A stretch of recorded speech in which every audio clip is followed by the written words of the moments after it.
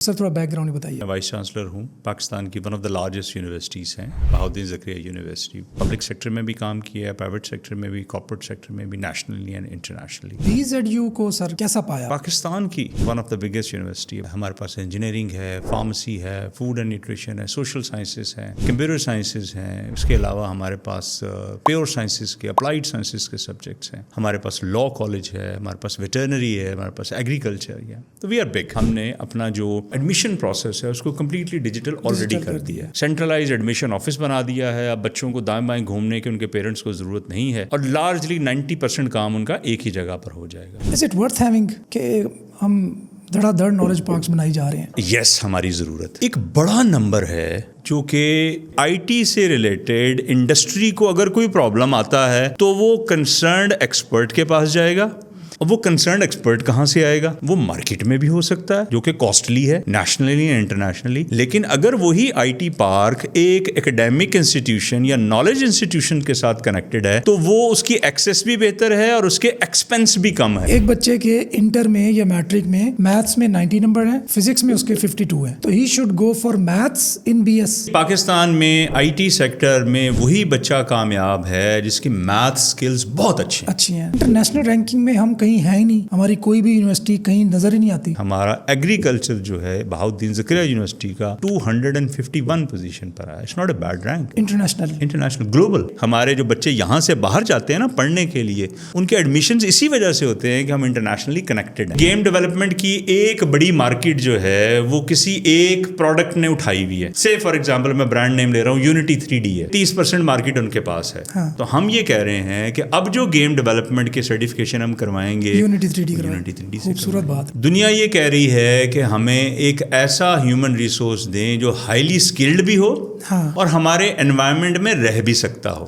اس پہ جرمنی لیڈر ہے دنیا کا, UK ہے, جاپان ہے, کورینز بہت آگے جا چکے. اب ہم بچے کو جو اسکل دے رہے ہیں نا, اس اسکل کو کسی ادارے کے پاس جائے گا. وہ جس ادارے کے پاس جائے گا اس ادارے کی کوئی ویلیو ہوگی, وہ ادارہ اس کو ایک سرٹیفکیٹ دے گا. اب اگر وہ سرٹیفکیٹ جو ہے وہ national and international level per acceptable ہے تو بہت اچھی بات ہے. لیکن اگر وہ ایکسیپٹیبل نہیں ہے تو وہ ایک کاغذ کا ٹکڑا ہے. MA پولیٹیکل سائنس ہے, MA اردو ہے, MA عربی ہے, یا MA ایجوکیشن ہے, ان کا تو سر کوئی رول ہم آگے جا کے دیکھتے نہیں. نہ ان کو اچھی جابز ملتی ہیں, نہ ان ڈگریز کو یوٹیلائز کر پاتے ہیں پراپر. آپ نے کوئی ایسا پتہ دیکھا ہے جس کی برانچز نہ ہو؟ ہمیں ایک کلیبریٹیو ایفرٹ چاہیے ہوتی ہے. ہمیں آپ لے مین کی ٹرم میں سائنسز بھی چاہیے, پیور سائنسز بھی, سوشل سائنسز بھی چاہیے, اینڈ آرٹس اینڈ ہیومینٹیز بھی چاہیے. السلام علیکم, میں ہوں تنویر ناڈلا. پاکستان میں تقریباً 250 سے زائد یونیورسٹیز پبلک اور پرائیویٹ سیکٹر کو انکلوڈ کر کے موجود ہیں, اور وہ ہر سال تقریباً 500,000 اسٹوڈنٹس کو گریجویٹ کرتی ہیں. اب وہ 500,000 اسٹوڈنٹس آگے چل کے کتنے پارٹیسپیٹ کرتے ہیں پاکستان کی اکانومی کو اسٹرینتھن کرنے میں, اس پہ ایک سوالیہ نشان موجود ہے. آج اس حوالے سے اور لیڈرشپ کے حوالے سے بھی, اور یونیورسٹیز کا مستقبل کیا ہے, اس طرح کے اور بھی سوالات ہم کریں گے. آج ہمارے ساتھ ایک بہت بڑی شخصیت میں کہنا چاہوں گا ہمارے ایجوکیشن سیکٹر کی موجود ہیں, ڈاکٹر زبیر صاحب, جو کہ وائس چانسلر ہیں بہاؤالدین زکریا یونیورسٹی ملتان کے. ڈاکٹر صاحب السلام علیکم. وعلیکم السلام. سر بہت شکریہ